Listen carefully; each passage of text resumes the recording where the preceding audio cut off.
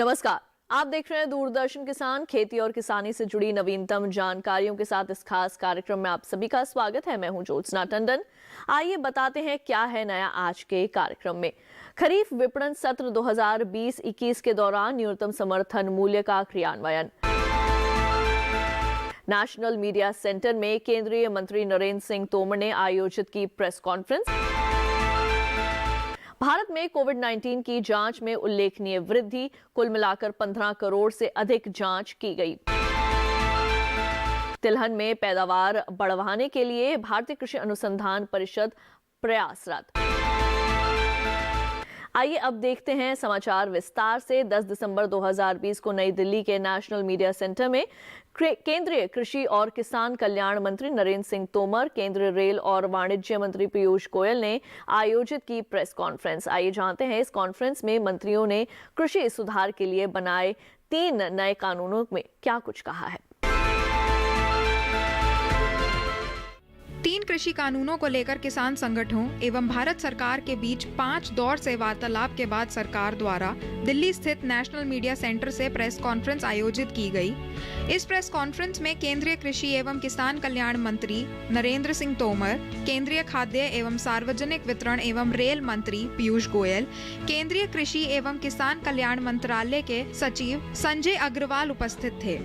नरेंद्र सिंह तोमर ने कहा, इन विषयों को लेकर कुछ किसान और कुछ यूनियंस आंदोलन की राह पर आ गई। पंजाब के किसान यूनियन के जो लोग थे उनके साथ 14 अक्टूबर को सचिव के स्तर पर बातचीत हुई। 13 नवंबर को मैं स्वयं उपस्थित रहा और साथ ही हम लोग लगातार चर्चा के लिए तैयार थे। विषयों को लेकर वार्ता चली रही थी और इसी बीच में 26 और 27 के आंदोलन की घोषणा हो गई। फिर हम लोगों ने 3 दिसंबर की बातचीत का निमंत्रण किसान यूनियन को भेजा।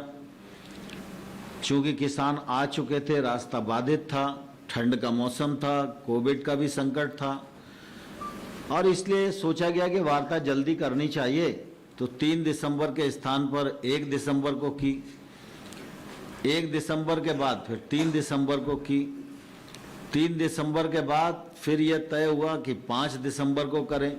तो 5 दिसंबर को वार्ता का क्रम चला और फिर यह तय हुआ कि 7 तारीख को हम दोबारा से इन विषयों को लेकर बैठेंगे और कुछ मार्ग प्रशस्त करेंगे।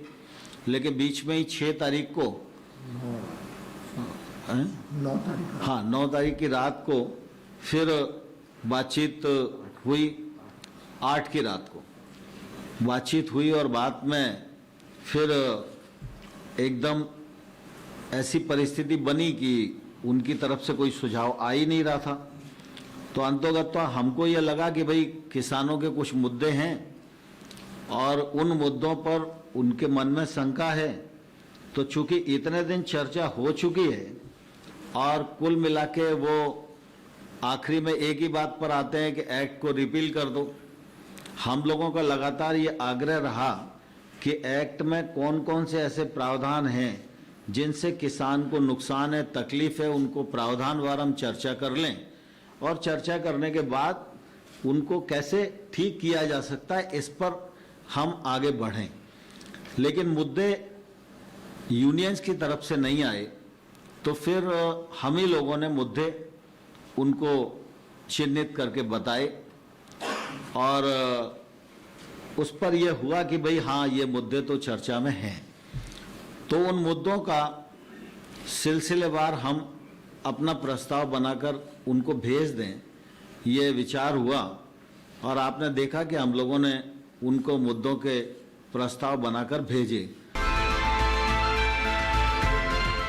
खरीफ 2020-21 के लिए धान की खरीद सुचारू रूप से चल रही है। खरीफ विपणन सत्र 2020-21 के दौरान धान की खरीद 356.18 लाख मीट्रिक टन से अधिक हुई है। इस दौरान 20.41% की वृद्धि दर्ज की गई।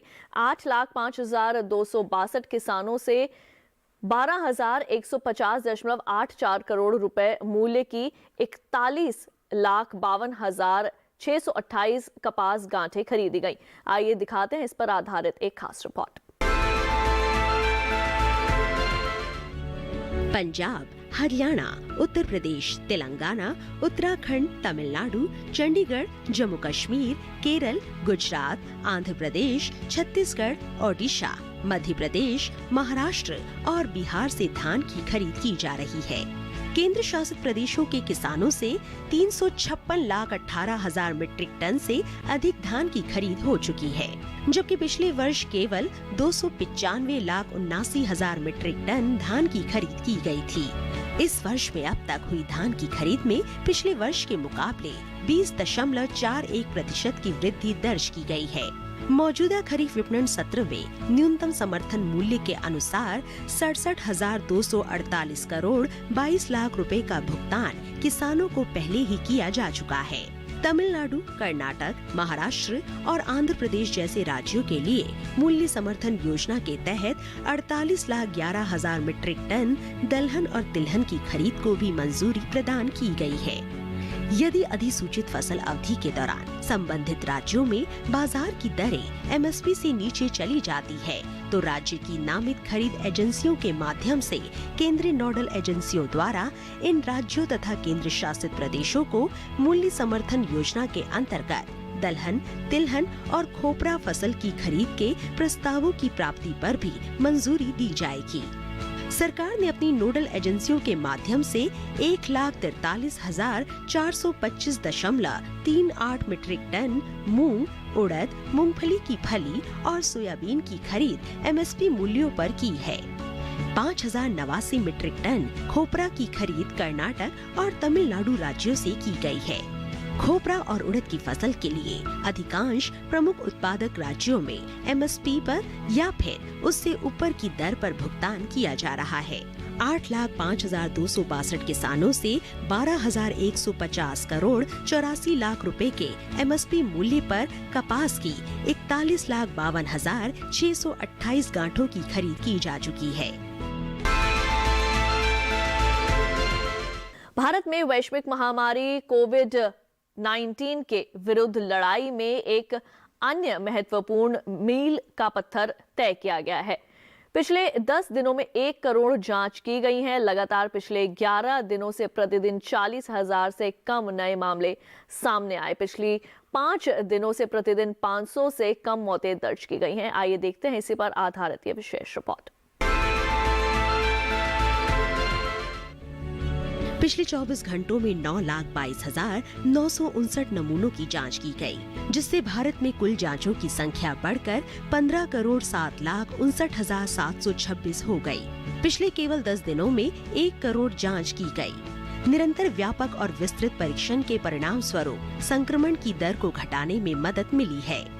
भारत में लगातार पिछले 11 दिनों में प्रतिदिन 40,000 से कम नए मामले सामने आए हैं। पिछले 24 घंटों में देश में केवल 31,521 व्यक्ति कोविड से संक्रमित पाए गए हैं। फिलहाल भारत में संक्रमण के कुल 3,72,293 मामले हैं, जो देश में अब तक के कुल संक्रमण के मामलों का महज 3.81% है। संक्रमण से मुक्ति के मामलों और संक्रमित मामलों के बीच का अंतर लगातार बढ़ रहा है, जो फिलहाल 88,81,013 है। एक दिन में महाराष्ट्र और दिल्ली में 5,051 और 4,177 मरीजों को कोविड संक्रमण से मुक्त किया गया। 10 केंद्र शासित प्रदेशों में 74.65% नए मामले सामने आए हैं।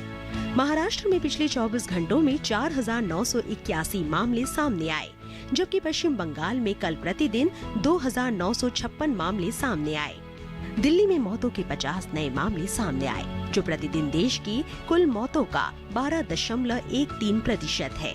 पिछले 5 दिनों से नई मौतों की संख्या प्रतिदिन 500 से कम रही है। तो अभी समय हो गया है एक छोटे से ब्रेक का। जल्द लौटेंगे वापस, कहीं मत जाइए, देखते रहिए दूरदर्शन किसान।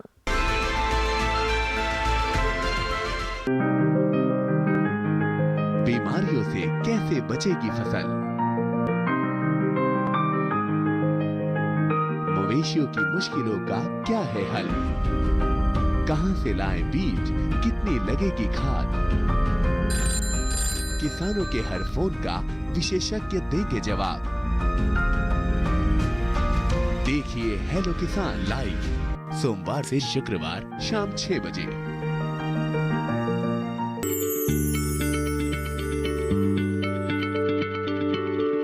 क्या आप किसी बीमारी से परेशान हैं? चाहते हैं डॉक्टर की सलाह? तो हम हैं आपके साथ, बताएंगे आपको जीने की राह। समस्याएं आपकी, समाधान देश के मशहूर विशेषज्ञों के। घर बैठे बात करें देश के जाने माने डॉक्टरों से। हमारे लाइव प्रोग्राम स्वस्थ किसान में हर शनिवार शाम 6 बजे से 7 बजे तक। ब्रेक के बाद एक बार फिर आप सभी का स्वागत है। आइए बढ़ते हैं आगे। तिलहन के क्षेत्र में देश आत्मनिर्भर है, आयात पर निर्भरता कम हो, इस दिशा में भारतीय कृषि अनुसंधान परिषद नई नई किस्मों को इजाद कर किसानों तक सुगमता से इसे मुहैया करवा रही है। आइए देखते हैं इसके बारे में ICAR के अपर महानिदेशक डॉक्टर DK यादव ने DD किसान से बातचीत में क्या कुछ कहा। भारत खाद्यान्न के क्षेत्र में आत्मनिर्भर है, लेकिन अगर हम वहीं तिलहन की बात करते हैं, दलहन की बात करते हैं, तो उसमें आज भी हम आयात के लिए निर्भर हैं। अभी हमारे साथ है बात करने के लिए सरसों में, ख़ासतौर से अगर हम तिलहन की बात करते हैं तो उसमें क्या देश की स्थिति है, कितना इंपोर्ट किया जा रहा है, कितना देश में उत्पादन हो रहा है, इस पर बात करने के लिए भारतीय कृषि अनुसंधान परिषद के ADG doctor DK Yadav ji. Sir, अगर हम बात करते हैं तिलहन के, उसमें कितना सर हमारा देश के अभी क्या स्थिति है? तिलहन में आपने ठीक कहा कि हम अभी दूसरे देशों पर काफ़ी हद तक निर्भर हैं। जो हमारी जो टोटल रिक्वायरमेंट तिलहन की है वो लगभग 25 मिलियन टन की है, जिसमें से 10 मिलियन टन हम हमारे देश में पैदा करते हैं और लगभग 15 मिलियन टन जो खाद्य तेल हम बाहर से मंगवाते हैं, जिसकी की कीमत हर वर्ष लगभग 75,000 करोड़ के आसपास है। उसके लिए अभी कुछ प्रयास भारत सरकार द्वारा कृषि एवं किसान कल्याण मंत्रालय भारत सरकार द्वारा किए जा रहे हैं और उसके साथ ही भारतीय कृषि अनुसंधान परिषद भी कंधे से कंधा मिलाकर उनका सहयोग कर रहे हैं। तो इसमें जो सबसे बड़ी बात है कि जो बीज की उपलब्धता किसी भी फसल की, तो उसमें एक तिलहन मिशन अभी भारत सरकार शुरू करने जा रही है और उसी में हमने शुरुआत में सरसों में जो पर्टिकुलरली जो अच्छे बीजों की उपलब्धता के लिए इसी सीजन में एक कदम उठाया और दोनों विभागों ने मिलकर अभी पिछले वर्ष हमने सभी राज्यों के लिए जितनी भी 20 क्विंटल प्रति हेक्टेयर से अधिक की सरसों की किस्में थी उनको हमने चिन्हित किया और विभिन्न जो बैठकें करके विभिन्न राज्यों से उनके बीज की उपलब्धता सुनिश्चित कराई और उनका बीज जो है हमने विभिन्न राज्यों में जहां भी जिस एजेंसी के पास भी, चाहे वो NSC थी, स्टेट सीड कॉरपोरेशन था या हमारे भारतीय कृषि अनुसंधान परिषद के विभिन्न संस्थान से थे, उनके बीजों को हमने वहां से खरीदवाया कृषि विभाग से और किसानों के खेतों पर उनके डिमोन्स्ट्रेशन लार्ज स्केल में लगवाए हैं और ये सुनिश्चित करने की कोशिश की गई है कि भाई ये बीज ज़्यादा से ज़्यादा उच्च गुण पैदावार के बीज किसानों तक पहुँचे।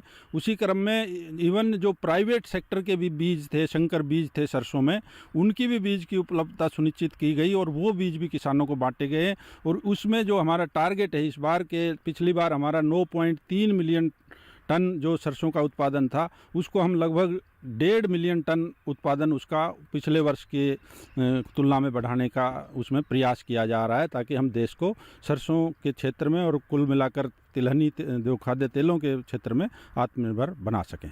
जी डॉक्टर साहब, एक जो सबसे बड़ा सवाल है कि जो तिलहन के क्षेत्र में हम आत्मनिर्भर नहीं हैं और दूसरे देशों पर हम आयात के लिए निर्भर करते हैं, तो सर इसमें क्या सीड्स के कुछ देखते हैं कि कमी गुणवत्ता में या किसानों तक पहुंच नहीं है उसको लेकर के, या सर इसका जो एरिया है उसमें कहीं कमी देख रहे हैं? हाँ, आपने बड़ा सही सवाल किया। इसमें जो खाद्य तेलों में आत्मनिर्भरता की बात है तो सबसे पहले तो जो तिलहनी फसलों की खेती हम कर रहे हैं पूरे देश में, वो बहुत ही मार्जिनल जो लैंड्स हैं, कम उपजाऊ भूमि है, पानी की व्यवस्था नहीं है, उन्हीं खेतों में, उन्हीं विभिन्न क्षेत्रों में उसकी खेती हम करते हैं।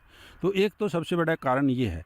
दूसरा कारण जो जैसे बीज की उपलब्धता की आपने बात कही, ये बिल्कुल सत्य है, क्योंकि बीज की उपलब्धता, हालांकि कई राज्यों में तो जो बीज का रिप्लेसमेंट रेट है वो बहुत अधिक है कुछ फसलों में, जैसे सोयाबीन की बात करें, सरसों की बात करें, लेकिन उसमें बीज की उपलब्धता एक विषय है और उसको हमें जैसे सुनिश्चित करना पड़ेगा। तो इसके लिए जैसे भारत सरकार ने जो तिलहनों में भी जो बीज हब की स्थापना पीछे की और भारतीय कृषि अनुसंधान परिषद की भी जो हमारी all India coordinated research project की जो NSP प्रोजेक्ट है वो प्रजनक बीजों की उपलब्धता को सुनिश्चित करता है। तो निश्चित रूप से इस पर ध्यान देने की आवश्यकता है। सोयाबीन में हम पिछले 5 वर्षों से देखते हैं कि भाई जो इवन हम जो प्रजनक बीज में भी हमारी कुछ कमी रह जाती है। उसके लिए भारत सरकार और भारतीय कृषि अनुसंधान जो भारत सरकार का कृषि एवं किसान कल्याण विभाग तथा भारतीय कृषि अनुसंधान परिषद मिलकर प्रयास कर रहे हैं और हम बीजों की सुनिश्चितता के लिए निश्चित रूप से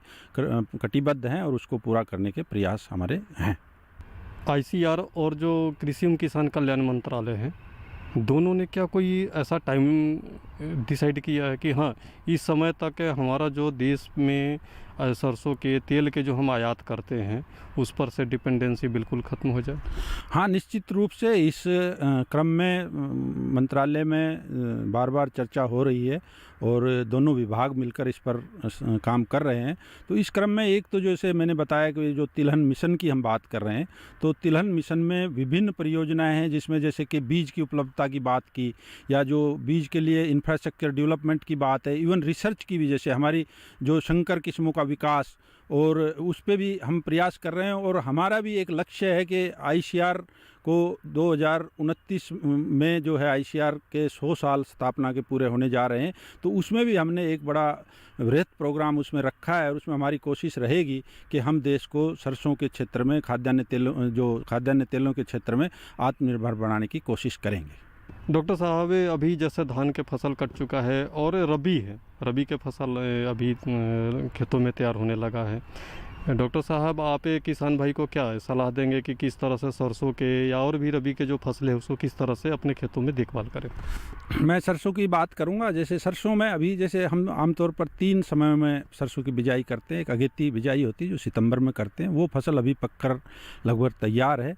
और कई बार जैसे आसमान में बादल होते हैं उसमें तेले की समस्या आती है, सरसों का तेला आ जाता है। तो उसके लिए किसान भाई अगर देखते हैं कि भाई एक पौधे पर 25 तेले के कीट दिखाई देते हैं और लगभग 10% पौधे उससे प्रभावित हैं, तो वो निश्चित रूप से उस पर एक स्प्रे कर सकते हैं। तो उसमें स्प्रे के लिए डाइमिथोएट 30 EC का जैसे 400 मिलीलीटर या मेलाथियान 50 EC का 500 मिलीलीटर प्रति हेक्टेयर के 200 से 300 लीटर पानी में अगर वो छिड़काव करते हैं तो तेले की उससे समस्या से निजात मिल जाती है। दूसरा, जो समय पर बिजाई की गई फसल है उसमें अभी जैसे किसान भाई आमतौर पर अक्टूबर के माह में बिजाई करते हैं, तो उसमें लगभग जो है पहली सिंचाई कुछ किसानों ने कर दी होगी या नहीं की हो, तो अगर पानी की उपलब्धता के आधार पर किसान भाई करते हैं। अगर एक ही सिंचाई उपलब्ध है तो उसमें किसान भाई 70 से 80 दिन पर उसमें एक सिंचाई दें फसल में। अगर 2 पानी की उपलब्धता है तो पहली सिंचाई 40 से 45 दिन बिजाई के बाद और दूसरी उसके 80 से 90 दिन के अंतराल पर अगर करते हैं तो उससे किसानों को अच्छी पैदावार मिलती है। और अगर 3 सिंचाई उपलब्ध है तो पहली सिंचाई जो है किसान भाई बिजाई के 30 से 40 दिन बाद, दूसरी 35 से 40 दिन बाद पहली सिंचाई के, और तीसरी सिंचाई दूसरी सिंचाई के 30 से 35 दिन बाद किसान भाई करें। और उसमें जो खाद की मात्रा, जो यूरिया की आधी बची हुई मात्रा है, आधी जो किसान भाई आमतौर पर बिजाई के समय खेत में डालते हैं, वो भी आधी बची हुई मात्रा नत्रजन की उसमें डाल लें। दूसरा, जो अभी फसल में आमतौर पर जो सफ़ेद रोली की और तना गलन की बीमारी इसी अवस्था में लगभग 60-70 दिन की जब फसल होती है उस समय शुरू होती है, तो किसान भाई ध्यान रखें कि जब से ही खेत में जाएं और पौधे के निचले हिस्से के पत्ते को पलट के देखें, उस पर रुई नमा अगर 10 पत्तों को देखते हैं और उनमें से अगर एक पत्ते पे भी उनको रुई नुमा धब्बे दिखाई देते हैं, इसका मतलब सफ़ेद रोली की बीमारी शुरू हो गई है। उसके लिए वो रीडोमिल MZ72WP एक दवा आती है, जिसका कि वो 2 ग्राम प्रति लीटर की दर से 200 से 300 लीटर पानी में प्रति एकड़ के हिसाब से अगर छिड़काव करेंगे तो वो बीमारी को वहीं रोक सकते हैं। अगर फिर भी वो बीमारी दिखाई देती है तो 15 दिन के बाद रीडोमिल का या जो है मैनकोजेब का एक स्प्रे वो दोबारा उसमें कर सकते हैं, वही 2 ग्राम प्रति लीटर लीटर के हिसाब। इसी तरह जो तना गलन एक ऐसी बीमारी है जो आमतौर पर जो है सरसों में दिखाई नहीं देती है, और वो दिखाई तब देती है जब वो आप फसल पकती है और उसमें पौधे सीधे खड़े हो जाते हैं और किसान को काफ़ी नुकसान होता है। तो उस क्रम में जो है हम चाहेंगे कि भाई किसान भाई अभी जो 70-80 दिन की फसल है उसमें अभी से ही, जब पिछले वर्षों में अगर तनागलन की समस्या रही है तो वो उसमें छिड़काव करें आपका कार्बेंडीजियम का 0.05 से 0.1% की दर से लगभग 250-300 लीटर पानी का घोल बनाकर अगर वो छिड़काव करते हैं तो वो उस बीमारी से किसान भाई अपनी फसल को काफ़ी हद तक बचा सकते हैं। तो इन चीज़ों का अगर किसान भाई ध्यान रखते हैं तो निश्चित रूप से वो अच्छी पैदावार सरसों की ले सकते हैं। तो आज के खास कार्यक्रम में बस इतना ही। मुझे दीजिए इजाजत। आप देखते रहिए दूरदर्शन किसान। नमस्कार।